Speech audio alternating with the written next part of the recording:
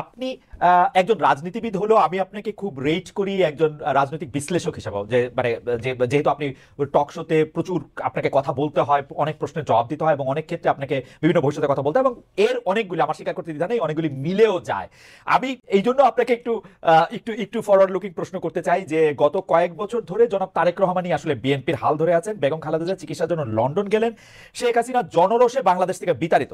রাজনীতির এই পরিবর্তনটা আপনি আসলে কিভাবে দেখছেন? নতুন নেতৃত্বে নতুন রাজনীতির সূচনা কি হতে চলেছে? বিশেষ করে 90-এর পর যদি আমরা আওয়ামী লীগ ও বিএনপির শাসনকাল যদি বিশ্লেষণ করি, সরকারে বা ক্ষমতায় এলে মানে এটা একটা, এই প্রশ্ন বারবার হচ্ছে যে তারা যে গণতান্ত্রিক থাকবেন, কর্তৃত্ববাদী হবেন না, সেরকম কি মনে হচ্ছে? মানে এই নেতৃত্বে যারা আছেন, এটা তো অবশ্যই ঠিক, জনাব তারেক রহমানই আসলে 20-22 বছর ধরে অন্ততপক্ষে দলের ডেপুটির হালটি ধরে আছেন, কিন্তু মানে এই নেতৃত্বের ক্ষেত্রে কি কোনো পরিবর্তন আসছে? ব্যক্তি মানুষ না, আদর্শের, দৃষ্টিভঙ্গির, আপনি কি হয় দেখছেন একটু? আপনাকে ধন্যবাদ খালেদ। আপনি তো অনেক ওয়াইড একটা প্রশ্ন করেছেন আমাকে। আমি একটু ব্যাকগ্রাউন্ডে যাব। দেখুন, আপনি সমষ্টিগতভাবে যদি বাংলাদেশের রাজনীতির অবস্থা দেখেন, গত 17 বছরে যে একটা ভীতির সংস্কার, ভীতির একটা সংস্কৃতি আমাদের রাজনীতিতে ছিল, যার কারণে 17 বছর কিংবা 20 বছরে ভালো মানুষগুলি রাজনীতি থেকে দূরে সরে যায়। এই কারণে অফকোর্স একটা ভ্যাকুয়াম সৃষ্টি হয় রাজনীতিতে, কারণ 17 বছর আপনি জানেন যে কোনো রাজনীতি করতে গেলেই একটা গুম খুনের একটা ধারণা ছিল, বা মানুষ রাজনীতিবিদদের উপরে কেন জানি এমন, মানে কেন জানি বলবো না, মানুষের যথেষ্ট রিজন ছিল রাজনীতিবিদদের থেকে দূরে সরে যাওয়া। এবং বলে না যে জোকাররা যখন পার্লামেন্টে যায়, তখন জোকাররা মেম্বার অফ পার্লামেন্ট, মানে পার্লামেন্টটা সার্কাস হয়ে যায়। গত 3টা বছর, তিনটা তিনটা টার্ম অনেকটা এরকমই একটা অবস্থান ছিল।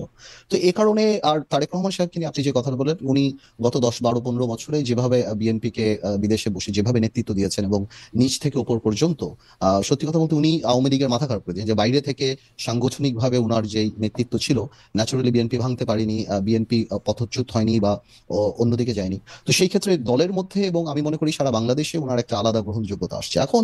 বিএনপি সামনের দিকে যদি ক্ষমতায় আসে, তাহলে বিএনপি কি করবে সেটা নির্ভর করে, সত্যি কথা বলতে, বিএনপির সমষ্টিগতভাবে বিএনপির মানসিকতার উপরে। বিকজ আপনার ডেমোক্রেসি তো অ্যাকচুয়ালি ইজ আ মাইন্ডসেট। আপনি আপনার বিরুদ্ধের কথাকে সুযোগ দিলে ডেমোক্রেসি থাকবে, আর সুযোগ যদি আপনি না দেন, তাহলে ডেমোক্রেসি থাকবে না। তো এটা সম্পূর্ণরূপে একটা মাইন্ডসেটের ব্যাপার। এখন বিএনপি যদি ওনার কর্মকাণ্ডে বা বিএনপির কর্মকাণ্ডে যদি সেই রিসিপিয়েন্ট বা ওই রিসিভিং এন্ডে থাকতে পারে, বা ওই মানসিকতা থাকতে পারে, এবং এই 17 বছর এত কিছু দেখার পরে যে আপনার রাষ্ট্র পরিচালনায় ব্যর্থতা বা পতন, বা যেটা পতন বলবো না, আওয়ামী লীগের তো, যেটা আমি আপনাকে আনঅফিসিয়ালি বলেছি, যে আওয়ামী লীগ এমন একটা রাজনৈতিক দল যার বাংলাদেশে শুধু রাজনৈতিক পতন হয় না, এই সামাজিক পতনও হয়েছে। যে এই ধরনের সামাজিক পতন আগে হয়নি, বিকজ আওয়ামী লীগের অবস্থানটা, আওয়ামী লীগের অ্যাট্রসিটিটা, আওয়ামী লীগের দুর্নীতি বা সবকিছু একটা হাউস ওয়াইফের কাছে, একটা সাধারণ শিশুর কাছেও চলে গিয়েছিল। এবং এই লাস্টে যে এই গণহত্যাগুলি, তো আমি সেটাই বলবো যে এখন তো আর নির্দিষ্ট শত্রু লাগবে না আমাদের পতনের জন্য।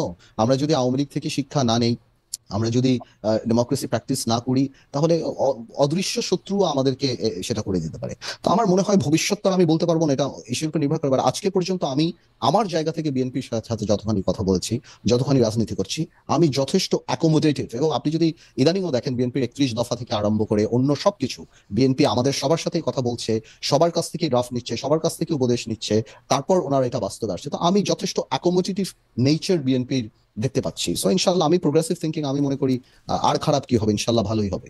তো আমি ভবিষ্যতের জায়গা থেকে এখন শুধু বর্তমানে পাঠাতনে একটু আসতে চাই।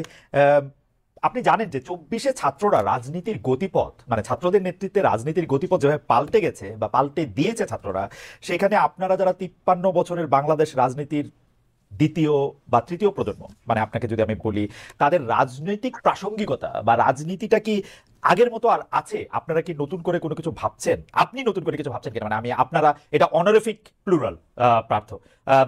তো কারণ হচ্ছে যে অনেক ক্ষেত্রে আমরা এক ধরনের ক্যান্সেল কালচার দেখতে পাচ্ছি। মনে হচ্ছে যে মানে মনে হচ্ছে যে আগের কিছু জিনিস বাতিল করেই নতুনের জন্ম হচ্ছে। সেক্ষেত্রে আপনি নিজেকে কোথায় দেখতে পান, বেশ পার্থ?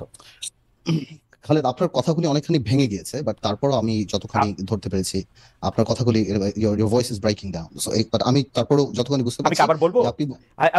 পার্থ, আমরা যেটি দেখতে পাচ্ছি সেটি হচ্ছে যে 24-এ ছাত্র রাজনীতি, মানে ছাত্ররা রাজনীতির গতিপথ যেভাবে পাল্টে দিয়েছে বা তাদের নেতৃত্বে রাজনীতির গতিপথ যেভাবে পাল্টে গিয়েছে, সেই ক্ষেত্রে আপনি রাজনীতির দ্বিতীয় প্রজন্ম হিসাবে নিজের প্রাসঙ্গিকতা ধরে রাখতে আপনাকে কোনো পরিবর্তন আনতে হচ্ছে কিনা, আপনি আগের মতোই আছেন কিনা? বিশেষ করে না, আমরা না, দেখতে পাচ্ছি যে একটা ক্যান্সেল কালচার আমরা স্পষ্ট দেখতে পাচ্ছি একে বাতিল করে দেয়, একে বাদ করে দেয়, একে ক্যান্সেল করে দেওয়া, এবং সেটা আবার খুব গর্ব করে বলা। আপনি সেটাকে কিভাবে দেখেন?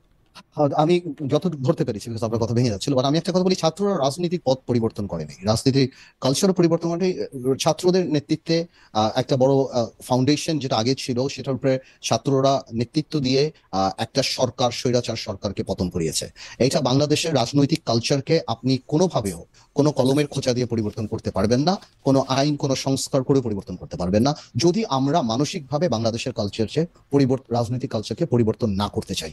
আপনি যত সংস্কার করেন, যাই করেন, যারাই ক্ষমতা আসবে তারা যদি অ্যাবিউজ করতে চায় ওনারা অ্যাবিউজ করবেন, আর মানসিকতায় যদি অ্যাবিউজ না থাকে তাহলে এই অ্যাবিউজ হবে না। সুতরাং অনেকেই মনে করে হ্যাঁ সংস্কারকে আমরা ওয়েলকাম জানিয়েছি, এখনো জানাই। আর আপনি যদি আমাদের কথা বলার চেষ্টা করেন, আমাদের রাজনৈতিক মোটো বা আমার বাংলাদেশ জাতীয় পার্টি বিজেপিতে আমি যেই দলের চেয়ারম্যান, আমাদের মোটোটা সম্পূর্ণ different। আমি আমার জায়গা থেকে, আমার স্বল্প পরিসরে যেখানে আমি কাজ করি, আমি এই জিনিসটাই উপলব্ধি করতে পেরেছি যে ভালো আহ, ভালো রাজনীতি আনতে হলে ভালো রাজনৈতিক মানুষের রাজনীতিতে আসতে হবে, এছাড়া আর কোনো ওয়ে নাই।